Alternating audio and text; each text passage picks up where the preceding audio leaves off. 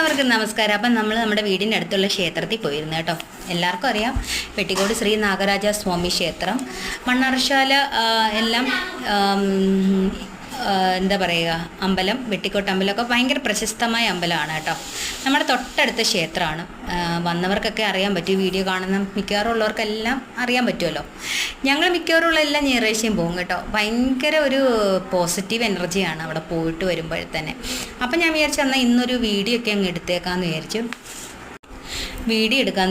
അപ്പോൾ ഇനി കൂടുതലും പോകുന്ന കടകളും കാര്യങ്ങളൊക്കെ കാണാൻ വേണ്ടിയിട്ടാണ് കേട്ടോ.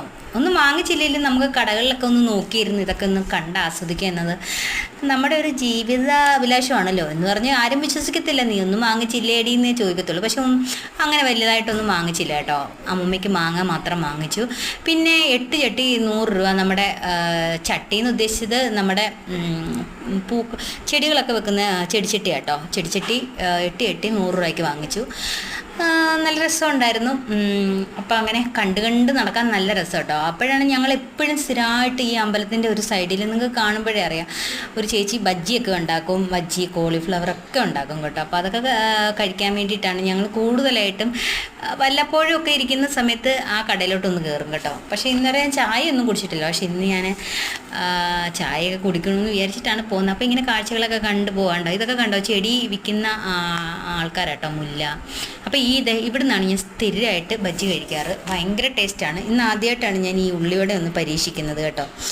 ടേസ്റ്റ് ഉണ്ടായിരുന്നു. ചമ്മന്തി കൂട്ടി തിന്നാനായിട്ട് നല്ല ടേസ്റ്റ് ഉണ്ടായിരുന്നു കേട്ടോ.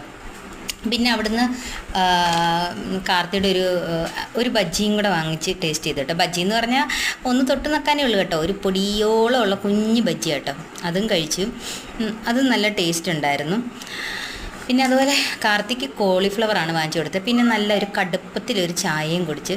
ചായ കുടിക്കുമ്പോൾ തന്നെ ഒരു പോസിറ്റീവ് എനർജി കിട്ടി കേട്ടോ. ചായ ഞാൻ അങ്ങനെ കുടിക്കാറില്ല.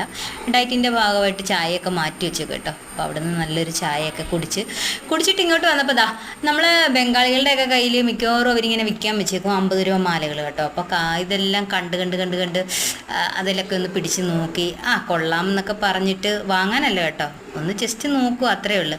പിന്നെ കടകളിലൊക്കെ കയറി വളകളൊക്കെ ഒന്ന് നോക്കി നിങ്ങളെ ഒന്ന് പരിചയപ്പെടുത്താമെന്ന് വിചാരിച്ചു. ഇത് നമ്മളെ അമ്പലത്തിൻ്റെ ഫ്രണ്ടിലുള്ള പിന്നെ ഫാൻസി കടയാണ്. അപ്പോൾ ഞാൻ കാർത്തിയോട് പറയാണ്, ഒന്നും വാങ്ങിച്ചില്ലെങ്കിലും നമുക്കൊന്ന് വീഡിയോ ഒക്കെ എടുക്കാം, എല്ലാവർക്കും ഒന്ന് പരിചയപ്പെടാൻ കാണാമെന്നൊക്കെ വിചാരിച്ചു കേട്ടോ.